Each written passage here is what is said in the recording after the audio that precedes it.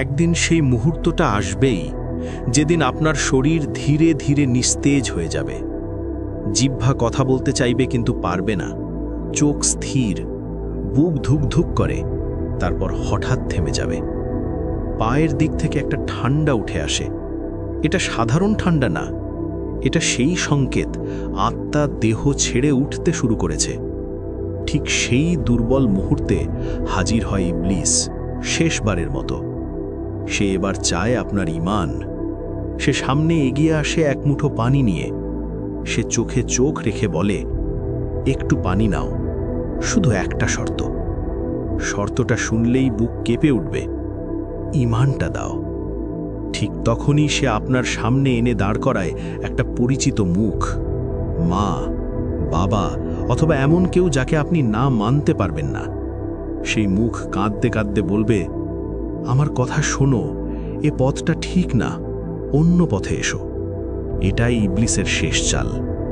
শেষ মুহূর্তে মানুষকে সন্দেহে ফেলে ভুল সিদ্ধান্তে ঠেলে দেয়, কারণ সে জানে এই মুহূর্ত পার হয়ে গেলে আর সুযোগ নেই। কিন্তু এখানেই মুমিন আর গাফেল মানুষের পার্থক্য শুরু হয়। যে মানুষটা সারা জীবন ঈমানকে শক্ত করে ধরেছে, নামাজ, তাওবা, আল্লাহর স্মরণ এসব যার ভেতরে অভ্যাস হয়ে গেছে, তার মুখ থেকে এই কঠিন মুহূর্তেও বেরিয়ে আসে সত্য কথা, আমার রব আল্লাহ, আমার দ্বীন ইসলাম, আমার নবী মুহাম্মদ সাল্লাল্লাহু আলাইহি ওয়াসাল্লাম। আর যে মানুষটা সারা জীবন সন্দেহে থেকেছে, গাফিলতিতে থেকেছে, তাওবা পিছিয়েছে, নামাজ হালকা করে দেখেছে, সে ঠিক এই শেষ মুহূর্তে কাঁপতে কাঁপতে আটকে যায়। চোখে ভয়, ভেতরে অন্ধকার। ইবলিসের কথাই তার কাছে সহজ মনে হতে থাকে। আর তখনই ঘরটা বদলে যায়। হঠাৎ আপনি অনুভব করবেন আরেকটা উপস্থিতি। ইবলিসের ফিসফিস থেমে যায়, কারণ এবার আসছেন তারা যাদের সামনে কোনো দর কষাকষি চলে না, মৃত্যুর ফেরেশতা। ইবলিস তখন আর কথা বলে না, কারণ আপনার ঘরে এমন এক উপস্থিতি নেমে আসে যার সামনে শয়তানেরও সাহস থাকে না। আর আপনি অনুভব করেন সময় শেষ, সিদ্ধান্ত লেখা হয়ে গেছে।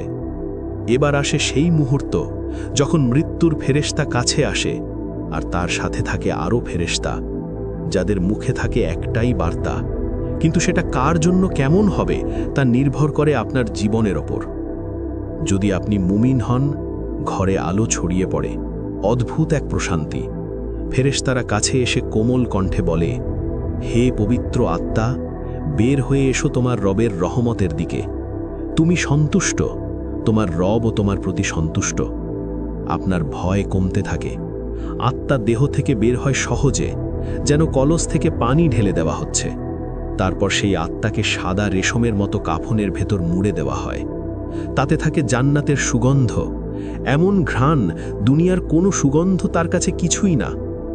আর যদি ঈমান ছাড়া বিদায় হয়, তখন দৃশ্যটা উল্টো। ফেরেশতারা কঠিন কণ্ঠে বলে, হে নাপাক আত্মা, বের হয়ে এসো শাস্তির দিকে।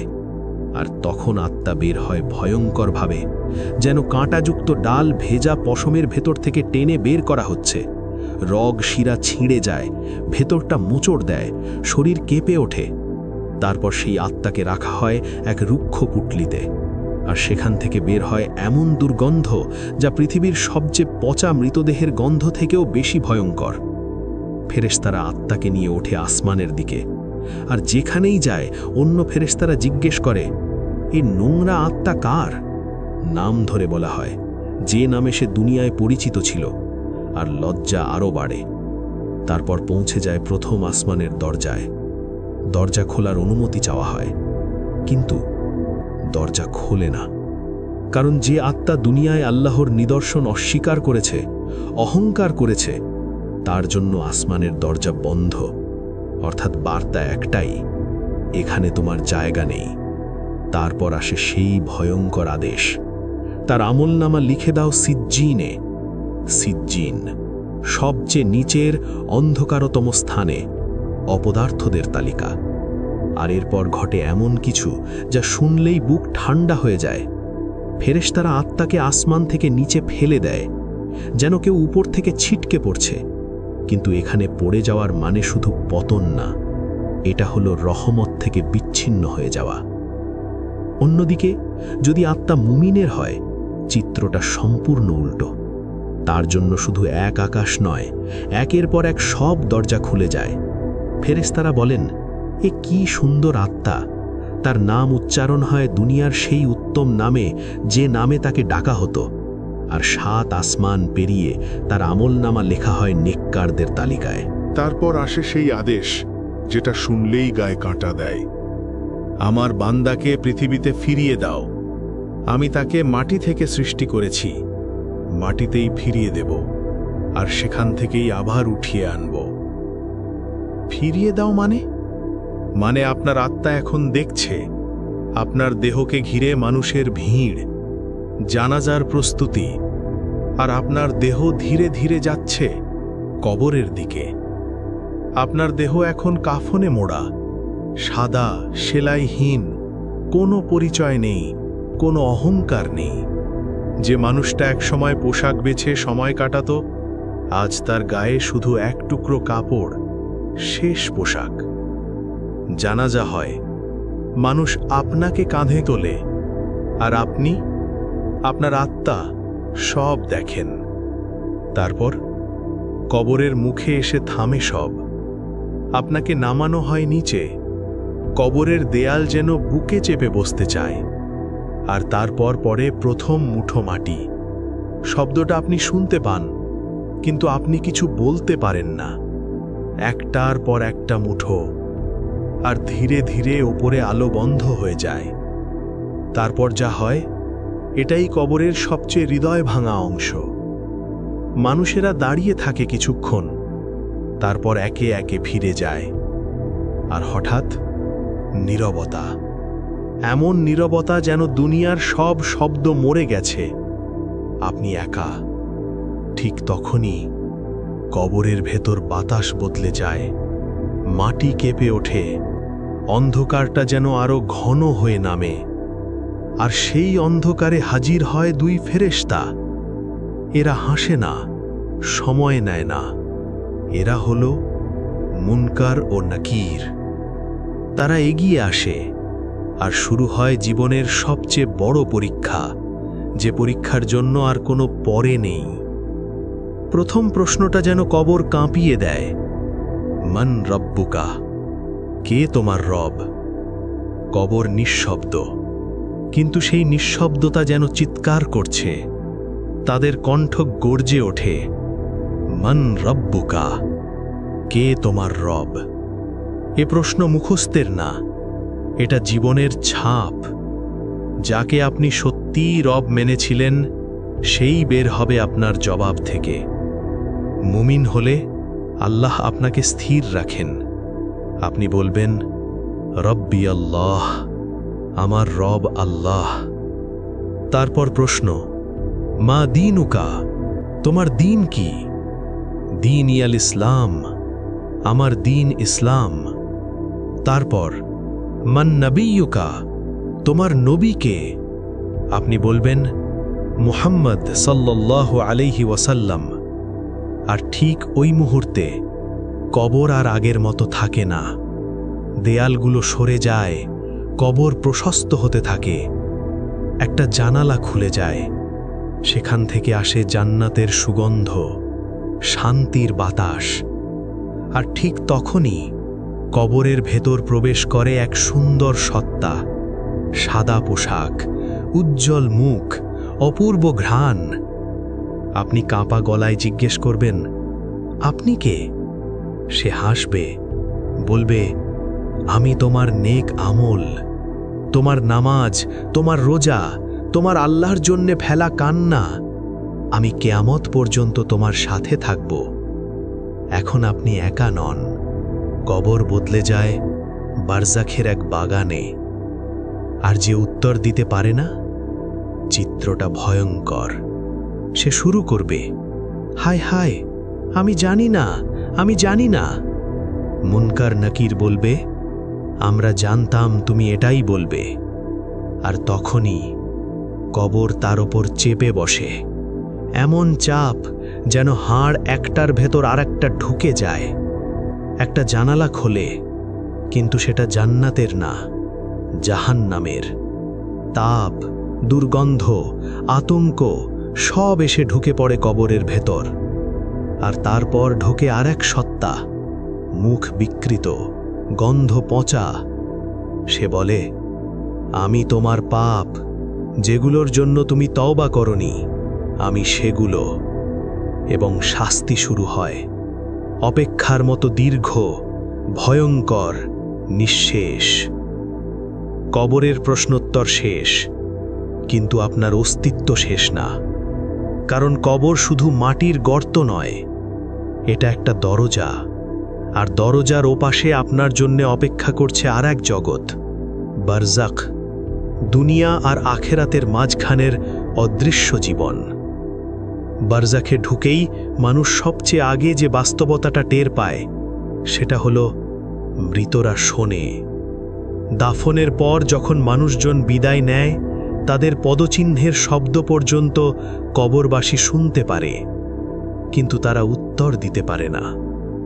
একথা আমরা জানি নবী সাল্লাল্লাহু আলাইহি ওয়াসাল্লামের বর্ণনা থেকে। বদরের যুদ্ধ শেষে তিনি কাফেরদের মৃতদেহগুলোর কাছে গিয়ে তাদের নামে ডেকে বলেছিলেন, তোমরা কি বুঝলে আমাদের রবের ওয়াদা সত্য?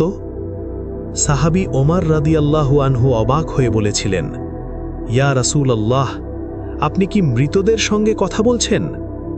নবী বলেছিলেন, তারা আমার কথা তোমাদের মতোই শুনছে, শুধু উত্তর দিতে পারে না। এখন বুঝুন, মৃত্যুর পর মানুষ অচেতন হয়ে যায় না, বরং সে অন্য নিয়মে বাঁচে। আর যদি আপনি মুমিন হন, অনেক বর্ণনায় এসেছে বারজাখে আগে চলে যাওয়া মুমিন আত্মারা নতুন আগত আত্মাকে ঘিরে ধরে প্রশ্ন করে, দুনিয়ায় কি খবর? অমুক কেমন আছে? আমাদের পরিবার ঠিক আছে তো? আর নতুন আগত আত্মাও জিজ্ঞেস করে তার প্রিয়জনদের কথা।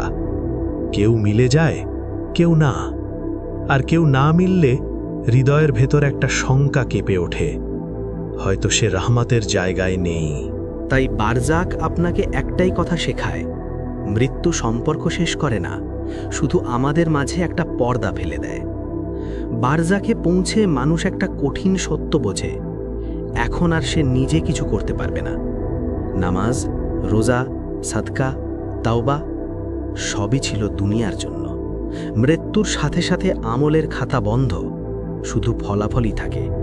কিন্তু আল্লাহর রহমত এখানেও দরজা বন্ধ করেননি, কারণ জীবিত মানুষের কিছু কাজ মৃত প্রিয়জনের কাছে পৌঁছে যায়, আর সেটা কবরের অন্ধকারে হয়ে ওঠে আলো। কিভাবে পৌঁছে যায়? ধরুন কবরের নীরবতায় এক আত্মা একা, চারদিকে ভয়, অজানা অপেক্ষা। ঠিক তখন ফেরেশতারা যেন সুসংবাদ নিয়ে আসে, তোমার ছেলে তোমার জন্য দোয়া করেছে, তোমার মেয়ে তোমার নামে সাদকা দিয়েছে, তোমার শেখানো জ্ঞানে কেউ আমল করেছে।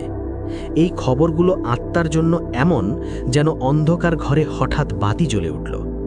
কবরের ভার হালকা লাগে, ভয় কমে আসে, বুকটা শান্ত হয়। এখন আপনি বুঝতে পারবেন, মৃত্যুর পরও আপনার সাথে প্রিয়জনদের সম্পর্ক পুরো কেটে যায় না, বরং এক নতুনভাবে টিকে থাকে, দোয়া আর নেক আমলের মাধ্যমে। তাহলে প্রথম ৪০ দিন কেন এত আলোচনায় আসে? কারণ মৃত্যুর পর নতুন জগতে আত্মা যেন একটা নতুন বাস্তবতায় অভ্যস্ত হচ্ছে। কবরের প্রথম রাত, জিজ্ঞাসাবাদ, এরপর এক দীর্ঘ অপেক্ষা। এই সময়টায় পরিবারের দোয়া, কোরআন তেলাওয়াত, সাদকা এসব তাকে খুব বেশি সান্ত্বনা দেয়। অনেক পরিবার তাই এই সময়টায় বেশি করে দোয়া সাদকা করে। এটা কুসংস্কার নয়, বরং একটা মানবিক বাস্তবতা। এই সময়েই মানুষ সবচেয়ে বেশি স্মরণ করে, বেশি দোয়া করে। আর নবী সাল্লাল্লাহু আলাইহি ওয়াসাল্লাম খুব পরিষ্কার করে দিয়েছেন, মৃত্যুর পরও ৩টে রাস্তা দিয়ে সওয়াব চলতে থাকে: সাদকায়ে জারিয়া, উপকারী জ্ঞান, সৎ সন্তান যে দোয়া করে। এগুলোই কবরবাসীর জন্য সবচেয়ে বড় উপহার। নবী সাল্লাল্লাহু আলাইহি ওয়াসাল্লাম থেকে বর্ণিত আছে, সূরা আল মুলক কবরের আযাব থেকে রক্ষা করে। ভাবুন, যে মানুষটা দুনিয়ায় নিয়ম করে এই সূরা পড়ত, আজ কবরের ভেতর সে একা নয়, তার পাশে আছে এক অদৃশ্য পাহারা, একটা ঢাল যা তাকে আযাবের ধাক্কা থেকে বাঁচায়। আর শুধু আল মুলকই না, কবরবাসীর জন্য ফাতিহা, ইখলাস, দোয়া সবই উপহার। কারণ কবরের ভেতর থেকে কেউ বেরিয়েছে আর বলতে পারে না, আল্লাহ আরেকটা সুযোগ দাও, আমি এবার ঠিক হয়ে যাব। মৃত মা বাবা, প্রিয় মানুষ, তারা আপনার দোয়া পেলে খুশি হয়, যেন কবরের অন্ধকারে কেউ এসে বলে, তোমাকে তোমার সন্তান ভুলে যায়নি। তার সামনে পর্দা উঠতে থাকে একটার পর একটা। প্রথমে তাকে দেখানো হয় যে জান্নাতটা তার হতে পারত, যে শান্তি, যে ঘর, যে রহমত, যার জন্য সে তৈরি ছিল কিন্তু বেছে নেয়নি। আর এই হারানোর দৃশ্যটাই অনেকের জন্য সবচেয়ে বড় আগুন, কারণ তখন তার বুক ফেটে যায় এই বোধে, আমি কত বড় ভুল করলাম। তারপর আরেকটা পর্দা ওঠে। সে দেখে দুনিয়ায় তার সম্পদ ভাগ হয়ে গেছে। যে টাকার জন্য সে হারাম হালাল ভুলে গিয়েছিল, আজ অন্যরা সেটাই খাচ্ছে, উপভোগ করছে। আর সে একা, শুধু হিসাবের অপেক্ষায়। এখানেই কবর তাকে মনে করিয়ে দেয়, জাকাত না দেওয়া, সাদকা ফিরিয়ে দেওয়া, তাওবা পিছানো এসব ছোট ব্যাপার ছিল না। তাই এখনই সময়, নামাজকে হালকা ভাববেন না, কারো হক মেরে রাখবেন না, তাওবা কাল করবেন না। কারো সাথে কথা বাকি থাকলে আজই মিটিয়ে ফেলুন, কারো হৃদয় ভেঙে থাকলে আজই জোড়া লাগান। কারণ একদিন আপনারও কবরের ভেতর এমন একটা মুহূর্ত আসবে যখন আপনি চাইবেন শুধু 2টি রাকাত নামাজ, কিন্তু পারবেন না। দোয়া, হে আল্লাহ, আমাদের শেষ কথা করুন লা ইলাহা ইল্লাল্লাহ। আমাদের কবরকে করুন জান্নাতের বাগান, আমাদের তাওবাকে কবুল করুন আর ঈমানের ওপর মৃত্যু দিন। আমিন। ভিডিওটি ভালো লাগলে একটি লাইক দিয়ে আপনার মূল্যবান মতামত কমেন্টে জানান। ইসলামের এই বার্তা অন্যদের কাছে পৌঁছে দিতে শেয়ার করুন। আর এমন আরও উপকারী ইসলামিক ভিডিও পেতে আমাদের চ্যানেলটি সাবস্ক্রাইব করে সাথে থাকুন।